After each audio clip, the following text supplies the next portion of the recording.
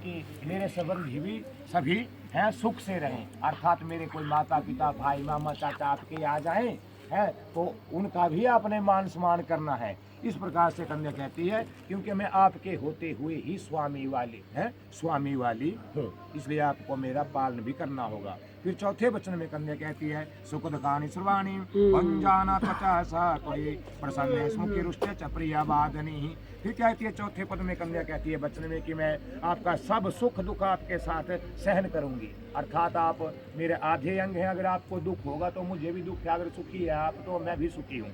और आपके क्रोध आने पर मधुर वचन बोलूंगी, आपके सुख के लिए जो है भगवती गौरी की पूजा करेंगी, और किसी की पूजा नहीं लिखी है, किसकी? भगवती गौरी की, आपकी दीर्घायु के लिए। परंतु आपको मेरा वहाँ भी पालन पोषण करना पड़ेगा, ऐसे कोई व्रत इत्यादि करते हैं तो उसमें भी आपको जो है मैं आपकी दीर्घायु के लिए करूंगी, तो वो खर्चा भी आपको उठाना पड़ेगा। तो इस प्रकार से चौथे वचन में कहती है। पंचम वचन में कन्या कहती है कुटुम्बम पालनीय जत्वाय यौवन वर्धिके यद्वाच्यामिते स्वामिन तदेयम सदा मम।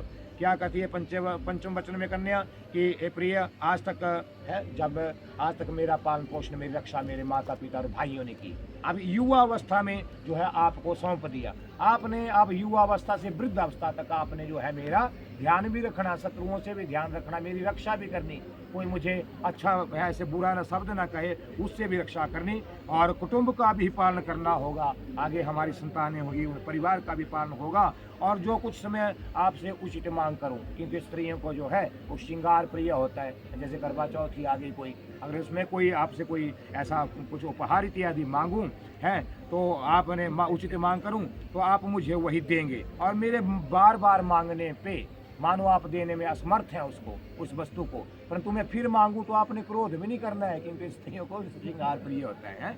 इसलिए मेरी यही प्रार्थना है, ये भी अगर यही भी आपको स्वीकार है तो मैं आपके अंग में आती हूँ।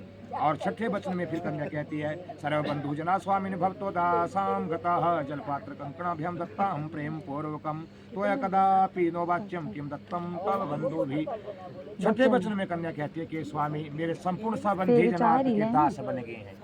देखो बेटी में आपका माता पिता ने सभी ने पूजन किया, मामा ने सत्कार पे आपके चरण छुए और संबंधी भी आपका सम्मान कर रहे हैं, और उन्होंने प्रेम पूर्वक जल पात्र के द्वारा कंकण बांध कर जो है लड़की कह रही है कि आपको दे दिया, कोई सौदाबाजी नहीं की है, कोई पैसा नहीं दिया लड़की है ना।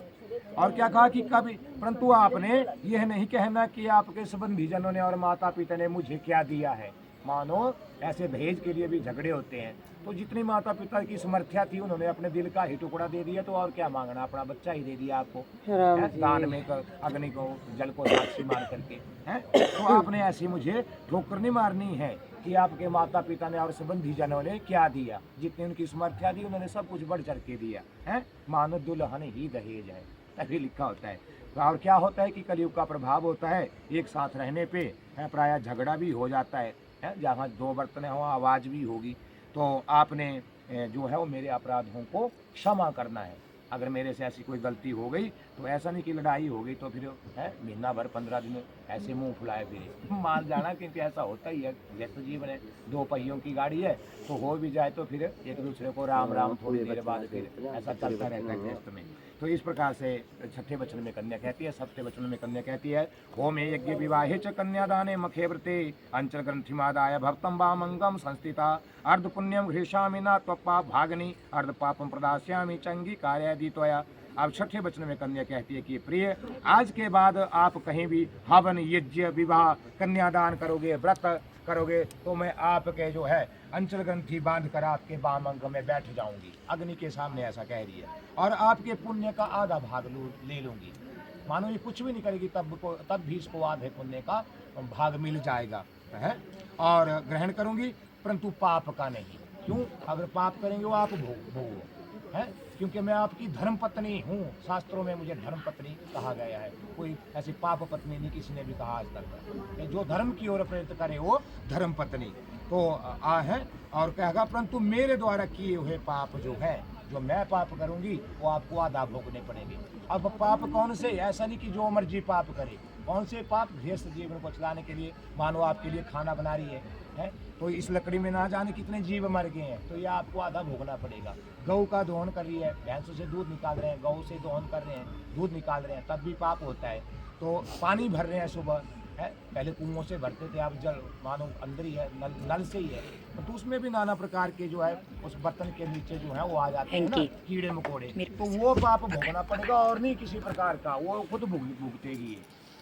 परंतु जो ऐसे पाप हैं जो गृहस्थ लाने के लिए हैं, तो यदि ये भी आपको स्वीकार है तो मैं आपके वाम अंग में आती हूँ। इस प्रकार कन्या जो है वो 7 वचन पति से कहती है। तो वर कहता है कि प्रिय सुनो, मैं आपके